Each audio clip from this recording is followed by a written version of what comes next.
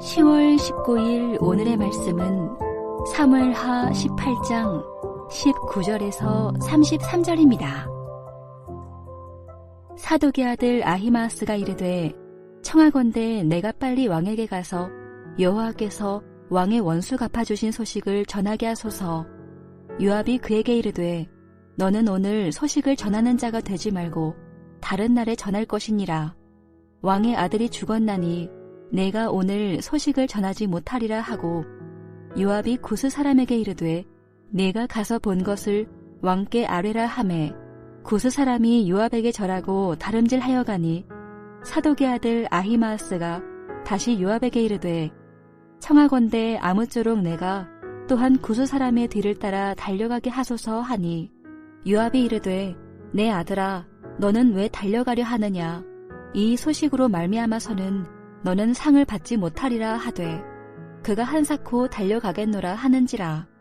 요압이 이르되 그리하라 하니 아히마아스가 들길로 다름질하여 구스 사람보다 앞질러 가니라. 때에 다윗이 두 문 사이에 앉아있더라.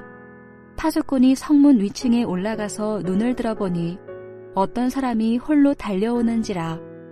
파수꾼이 외쳐 왕께 아뢰매, 왕이 이르되 그가 만일 혼자면 그의 입에 소식이 있으리라 할 때에 그가 점점 가까이 오니라.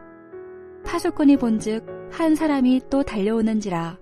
파수꾼이 문지기에게 외쳐 이르되 보라, 한 사람이 또 혼자 달려온다 하니, 왕이 이르되 그도 소식을 가져오느니라. 파수꾼이 이르되 내가 보기에는 앞선 사람의 다름질이 사독의 아들 아히마아스의 다름질과 같으니이다 하니, 왕이 이르되 그는 좋은 사람이니 좋은 소식을 가져오느니라 하니라. 아히마아스가 외쳐 왕께 아뢰되 평강하옵소서 하고 왕 앞에서 얼굴을 땅에 대고 절하며 이르되 왕의 하나님 여호와를 찬양하리로소이다. 그의 손을 들어 내 주 왕을 대적하는 자들을 넘겨주셨나이다 하니, 왕이 이르되 젊은 압살롬은 잘 있느냐 하니라. 아히마아스가 대답하되 요압이 왕의 종 나를 보낼 때에 크게 소동하는 것을 보았사오나 무슨 일인지 알지 못하였나이다 하니, 왕이 이르되 물러나 거기 서 있으라 하매 물러나서 서 있더라. 구스 사람이 이르러 말하되 내 주 왕께 아뢰 소식이 있나이다. 여호와께서 오늘 왕을 대적하던 모든 원수를 갚으셨나이다 하니, 왕이 구스 사람에게 묻되 젊은 압살롬은 잘 있느냐. 구스 사람이 대답하되 내 주 왕의 원수와 일어나서 왕을 대적하는 자들은 다 그 청년과 같이 되기를 원하나이다 하니, 왕의 마음이 심히 아파 문 위층으로 올라가서 우니라.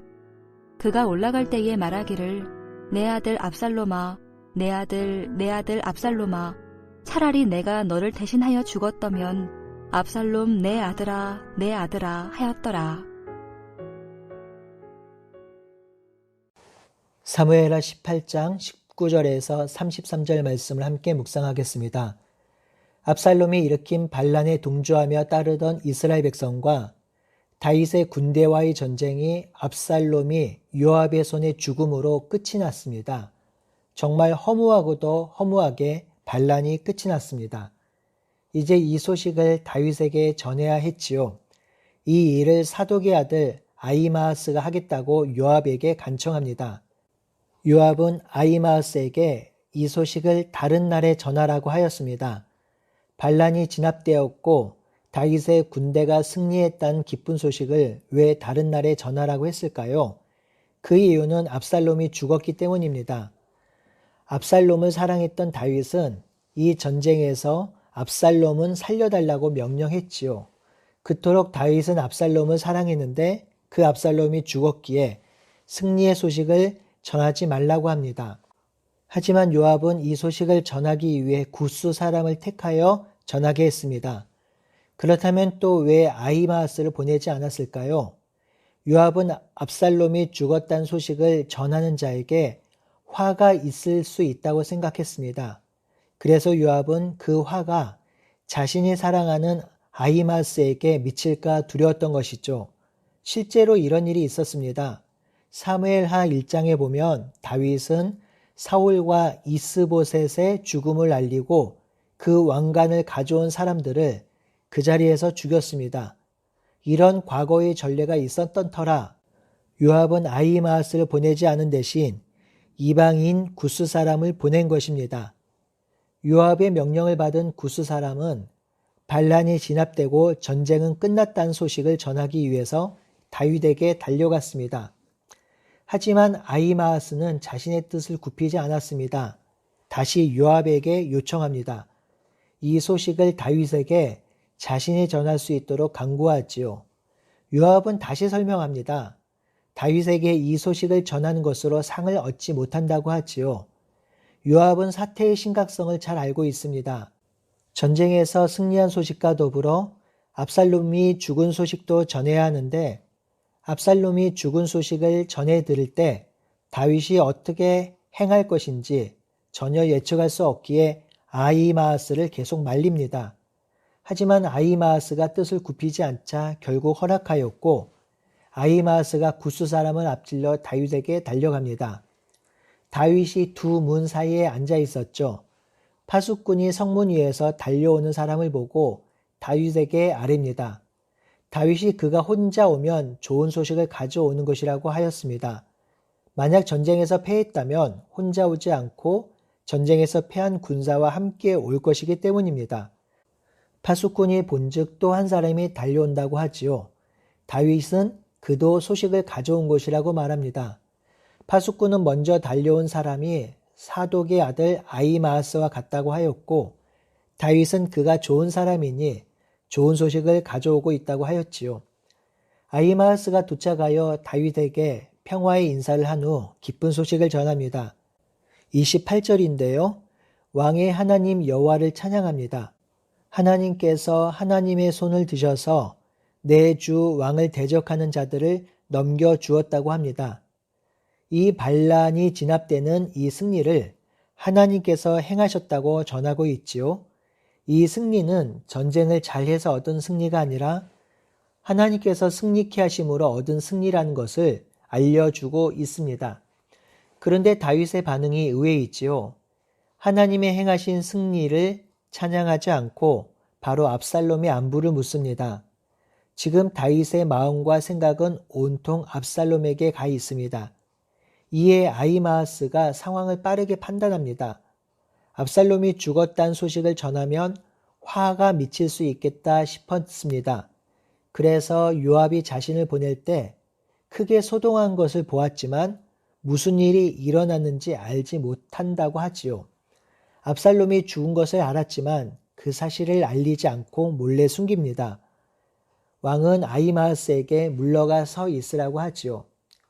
이제 구스 사람이 도착하고 다윗에게 소식을 전합니다. 아히마아스와 같은 내용으로 소식을 전하지요. 여호와께서 오늘 왕을 대적하는 모든 원수를 갚으셨다고 합니다. 구스 사람은 이 전쟁을 하나님께서 진두지휘하시고 하나님께서 승리를 주셨다고 하지요. 하지만 다윗은 이때도 이 소식에 반응하지 않고 바로 압살롬의 안부를 묻습니다. 구스 사람은 직답을 피하고 왕을 대적하는 자들이 모조리 이 젊은이와 같이 되기를 바란다고 말합니다. 압살롬이 죽었고 대적하는 젊은이들이 압살롬처럼 죽기를 바란다는 뜻이죠. 압살롬이 죽은 것을 알게 된 다윗은 마음이 너무 아픈 나머지 문 위로 올라가서 웁니다. 내 아들 압살롬아, 차라리 내가 너를 대신하여 죽었다면 좋을 것을 이라고 하면서 통곡하면서 웁니다. 다윗의 격한 통곡과 울음에는 그가 죄를 짓고 잘못한 것에 대한 통한의 후회가 있었을 것입니다. 다윗이 밧세바를 범하고 난 후에 많은 사람이 죽었습니다. 살인교사로 우리아가 죽었고 밧세바를 범하여 난 아들이 이레 만에 죽었습니다. 그리고 다말을 범한 암논이 죽었고 그리고 지금 사랑하는 아들 압살롬이 죽었습니다. 또한 압살롬의 반역으로 2만 명이나 죽었습니다. 이 사실을 다윗이 모를 리가 없지요. 한 번의 욕정과 욕망으로 인해 파생된 결과가 너무나도 참혹하고 비참합니다. 우리는 여기서 다윗의 죄악에 집중하기보다 그 죄가 얼마나 심각한 결과를 가져다 주는지 생각해야 합니다. 이 죄의 근원은 결국 하나님을 왕의 자리에서 내쫓고 자기가 왕이 되는 자기 중심성인데, 자기 중심적인 인생이 그리고 그 삶이 얼마나 비참하고 세상을 참혹하게 하는지 우리는 깨달아야 합니다. 이 자기 중심성이 이 세대에 얼마나 만연한지를 예를 한 가지 들겠습니다. 지금 우리가 살아가는 모든 세대는 모두 다 환경을 걱정한다고 하지요. 환경 위기는 너무 많이 들었고 실제로 경험하는 것입니다. 그런데 이 환경 위기를 극복하기 위해서 무언가 하자고 할 때 많은 사람들이 무언가 하는 일에는 함께하지 않는다고 합니다. 환경 위기를 걱정하지만 내가 불편을 감수하면서까지 그 위기를 해결하기 위해서 무언가는 하고 싶지 않다라는 것이죠. 이런 모습이 철저한 자기 중심적 인간의 한 단면입니다. 성도 여러분, 우리는 내가 주인 되는 삶에서 하나님이 주인 되는 삶으로 결단한 사람들입니다. 그러니 하나님을 주인으로 모셨으니 이미 하나님 나라 안에 들어온 사람들이죠. 그러니 하나님 나라 백성으로 하나님 나라 백성답게 하나님을 왕으로 주인으로 모시고 살아갑시다. 내가 주인 된 삶을 내려놓고 하나님이 기뻐하는 삶을 살아갑시다. 이 자기중심성의 끝판왕이 바로 압살롬입니다.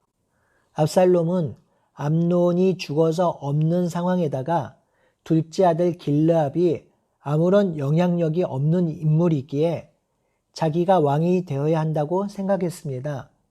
또한 다윗이 암논을 올바르게 재판하지 않는 모습을 보면서 자기가 재판관이 되어야 한다고 생각했습니다. 또한 자신의 용모가 그리고 외모가 너무 뛰어나 백성들이 흠모할 만하여 왕이 되어야 한다고 생각했습니다. 하지만 다윗은 압살롬을 너무 사랑했지만 형제인 암논을 죽인 아들을 왕으로 세울 수는 없었을 것이며 압살롬도 형 암논을 죽인 죄에 대해서 자유로울 수 없었기에 왕이 되는데 결격 사유가 있다는 것을 알았지요. 그래서 압살롬은 스스로 왕이 될 계획을 세운 것입니다. 이것이 문제죠. 이스라엘은 하나님 나라에 있기에 하나님이 기름 부은 사람, 하나님이 인도하는 사람이 왕이 되어야 하는데 압살롬은 스스로 왕이 되려 하였고 하나님이 다스리는 하나님 나라도 스스로 다스리려고 한 것입니다. 스스로 왕이 되려 하였지만 하나님이 인정하지 않으므로 결국 그는 반역자의 낙인이 찍힌 채 묻히고 말았습니다. 사랑하는 성도 여러분, 하나님을 떠난 것이 죄이며 하나님을 거부하는 것이 죄입니다. 하나님을 주인으로 모시지 않는 것이 죄입니다. 그 죄가 모든 관계를 깨뜨렸고 그 죄가 평화를 깨뜨렸습니다. 이 관계를 회복하고 평화를 다시 회복하는 길은 오직 한 가지, 하나님을 왕으로 예수님을 주인으로 모시는 것입니다. 그때 다시 평화와 화평이 임하게 되는 것이죠. 그때 우리는 하나님과 나와 이웃과 세상과의 화목을 이루며 화목을 경험하며 살게 됩니다. 그 화목의 나라가 바로 하나님 나라이죠. 다윗의 죄악과 압살롬의 반역을 교훈 삼아 죄를 멀리하고 하나님을 왕으로 모시고 살아가는 우리 모두가 되기를 바라고 소원합니다. 아멘.